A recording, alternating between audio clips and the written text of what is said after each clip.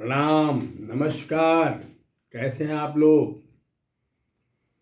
पिछली चर्चाएं जो विश्लेषण हुआ था उसमें स्त्री सत्ता का हुआ था, जो सृष्टि की आधी सत्ता है, प्रधान सत्ता है, पर बिना पुरुष के अधूरा है। पुरुष का कंपोनेंट है भाई, पूरक है। विवाह की बात, मिलाप की बात में दोनों कुंडलियां मिलाई जाती है ना। पहले व्यक्तित्व तो देखा जाता है, पर्सनालिटी कैसी है, फिर मन कैसा है। मैंने कहा था कुंडली के तीसरे भाव से लेकर अष्टम भाव तक हमारी स्त्री सत्ता है, मातृसत्ता है, धात्री सत्ता है। लेकिन द्वितीय भाव से लेकर नवम भाव तक जो सत्ता है वो पुरुष सत्ता है। आइए हम द्वितीय सत्ता की बात कर रहे हैं। आम भाषा में इसको धन कहते हैं। धन का सिर्फ मटेरियल से नहीं है, भौतिकवाद से नहीं है, भौतिकता से नहीं है, या भौतिक संपन्नता से नहीं। धन माने जोड़ना, एडिशन, ऐड करना, प्लस करना। व्यक्तित्व का वह गुण जो जोड़ ले लोगों को, जो अपनी तरफ आकर्षित कर ले, अपने व्यक्तित्व से प्रभावित कर ले। वैसे तो कहा जाता है, मैंने कहा है बार बार, विकास व्यक्ति का नहीं होता, विकास व्यक्तित्व का होता है। व्यक्तित्व के अपने अलंकरण होते हैं, अपने गुण होते हैं। कहा भी गया है ना, विद्या बपुषा बाड़ी विनयन वस्त्रेर्च। जो 5 बकार है ना, विद्या बपुषा, व्यक्ति की शारीरिक बनावट कैसी, बपुषा कैसी, विद्या उसकी ज्ञानवंता कैसी, कितना विद्यावान है, कितना ज्ञान है उसके पास। वाणी, भाषा कैसी है, भाषा का बहुत रोल है भाई।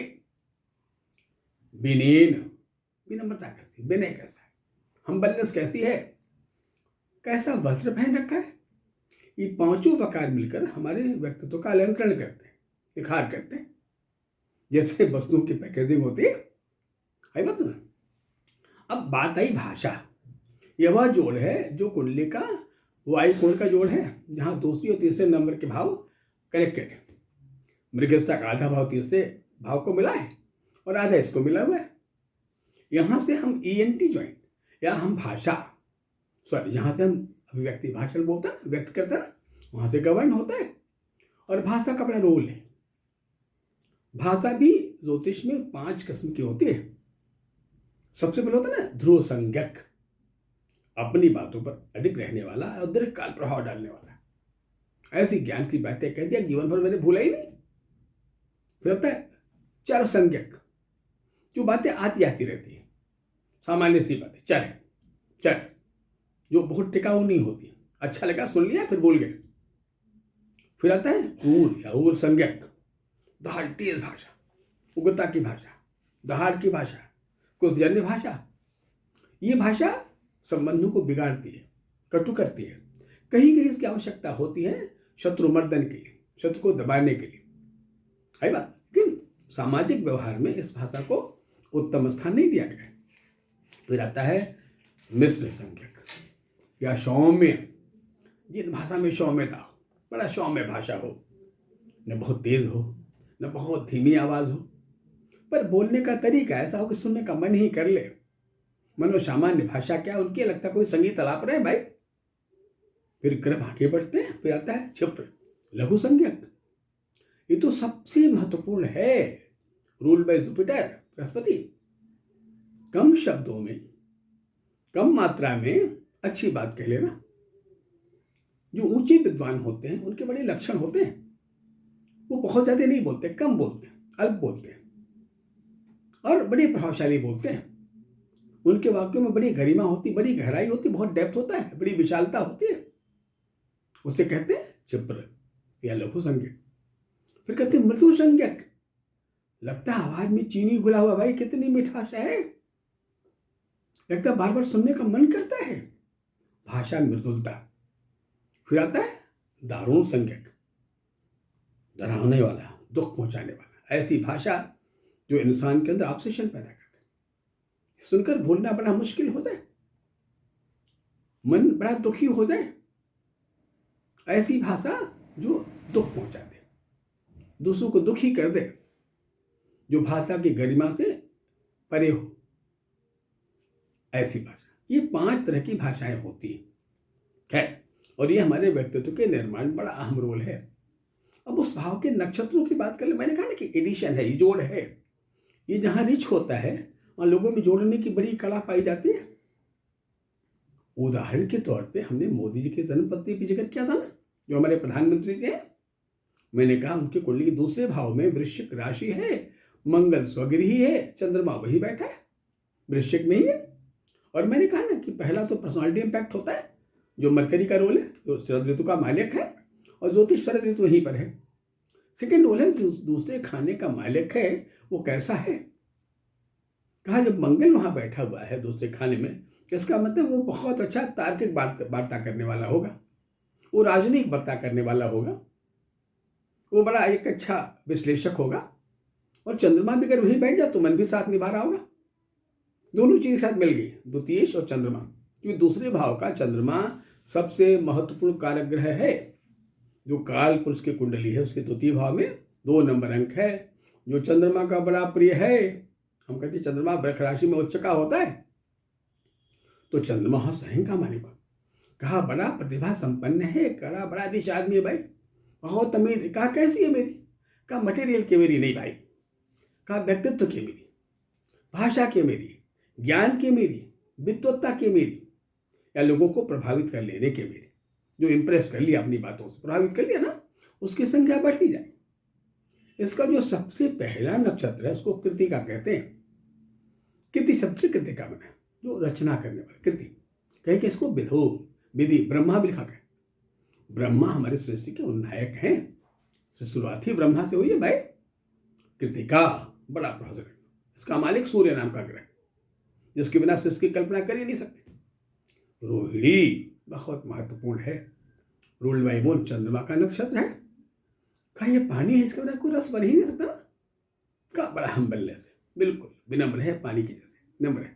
मेरे किस तरह व्यक्तित्व का बाह्य निरूपण, जब हम कहीं जाते हैं तो सबसे पहला इंप्रेशन हमारे पर्सनालिटी का होता है, वो मृगस्था है। क्रम को आगे बढ़ाते हुए अब आते हैं 1 नंबर पर, इसको लग्न कहते हैं। लग्न जहां 1 नंबर का अंक होता है, एको अहम द्वितीयो नास्ति, एक बहुत इंपॉर्टेंट है। मैंने कहा ना मंगल की 2 राशियां हैं, मेष और वृश्चिक। एक हमारी इम्यून सिस्टम का मालिक, जीवन का प्रमुख चौकीदार, सुरक्षा का प्रमुख चौकीदार। दूसरा वृश्चिक, रिप्रोडक्टिव सिस्टम का, तो पहले कह चुके हैं। मंगल ये हमारी पर्सनालिटी का प्रमुख आधारभूत प्लेनेट है। मंगल मजबूत हो तो कैसा होता है, बिल्कुल पर्सनालिटी लाइक के पुलिस मैन, इंप्रेसिव पुरुष का जो व्यक्तित्व पर्सनालिटी होनी चाहिए। मेष, इसका जो पहला नक्षत्र उसको अश्विनी कहते हैं, दूसरा भरणी कहते हैं, तीसरा कृतिका कहते हैं। अश्विनी अश्वेत अश्व, उसका योनि कौन है, उसका अश्व, उसको घोड़ा कहते हैं हम भाषा में।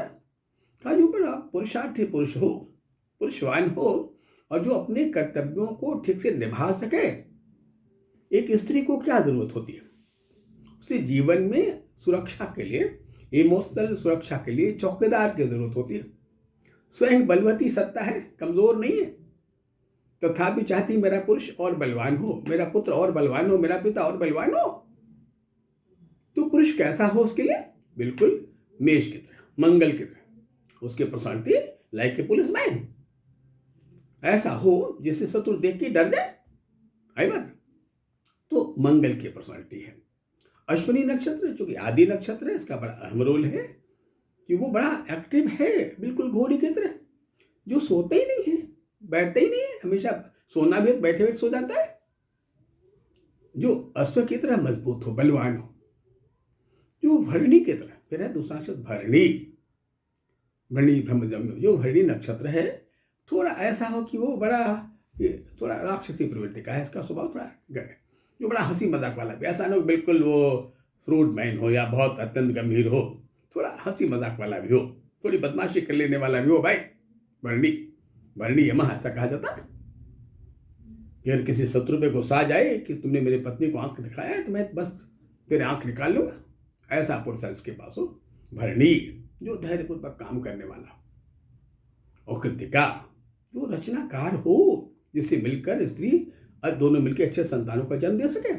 ये दूसरा भाव है, और कुंडली का प्रथम भाव लग्न का भाव है। आई अब एक भाव बच गया, उसकी बातें कर लें।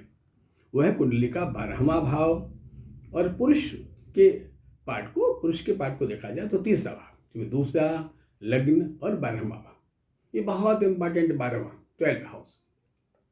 ये ईशान कोण है, ये हमारे पवित्रता का, सुचिता का अहम बिंदु है। स्त्री हमेशा चाहती जो मेरा पुरुष हो सुचितापूर्ण हो। सुचितापूर्ण होगा तो हमारी मर्यादा का, हमारे धर्म का, हमारे त्याग का के प्रति बड़ा उदार होगा। वो कदापि नहीं चाहती मेरा जो पुरुष हो किसी और स्त्री से जुड़े। अब तो वो बड़ा एक ईमानदार, एक बड़ा सात्विक पुरुष चाहती है। इसके बारे में खाली जो नक्षत्र हैं, उसका जो नक्षत्र है उसका नाम है पूर्वा भाद्रपद, दूसरा नक्षत्र उत्तरा भाद्रपद, तीसरा नक्षत्र है रेवती। ये 3 नक्षत्र मिलकर 12वें का निर्माण है। ईशान कोण है, पानी का इलाका है, ईश्वर प्रधान भी कहते हैं। तो वो धार्मिक हो, हमारे धार्मिक कृत्यों में हमारा साथ निभाए, वो धर्म का पालन करने वाला हो, वो पति धर्म को ठीक से निभाए, उसको धर्म का बोध हो। सिर्फ धर्म के प्रति यही धर्म का बोध ना हो, बल्कि उसको मानवीय धर्मों का बोध हो, सामाजिक धर्मों का बोध हो, राष्ट्र के धर्म का बोध हो। तो ये 12वां खाना बहुत महत्वपूर्ण है और मृदु संज्ञक है। कहा जो पानी है, जल है, कैसा हो, बड़ा सरस जल हो भाई, बड़ा रसपूर्ण भाषा उसकी हो। इस खाने को जो रिप्रेजेंट करता है उसको शुक्र कहते हैं। शुक्र हमारे मनोविनोद का या हमारे जीवन में सृष्टि के निर्माण का अहम प्लेनेट है। शुक्र वही प्लेनेट है जो पुरुष के अंदर जो सीमेन बनता है उसमें प्राप्त या बनने वाले शुक्राणुओं की संख्या को निर्धारित करता है। अगर ये कमजोर हो जाए तो शुक्राणु की संख्या कम हो जाए। ये कमजोर हो जाए तो जो उनके अंदर बनने वाले 2 क्रोमोसोम है ना, एक्स एंड वाई की क्वांटिटी बहुत कम हो जाए। इस पर बड़े कमजोर हो गए तो संतानहीनता का भय रहेगा। थोड़ा मिश्रित कमजोर है तो फिर वाई क्रोमोसोम कम हो जाए। तो पत्नी को प्रसन्नता प्रदान करने वाला, गार्हस्थ आश्रम को ठीक से निभाने वाला और स्त्री के मन को आकर्षित कर लेने वाला कि मेरा पति सबसे अच्छा, बहुत उत्कृष्ट है, ये 12वां इसकी भूमिका निभाता है।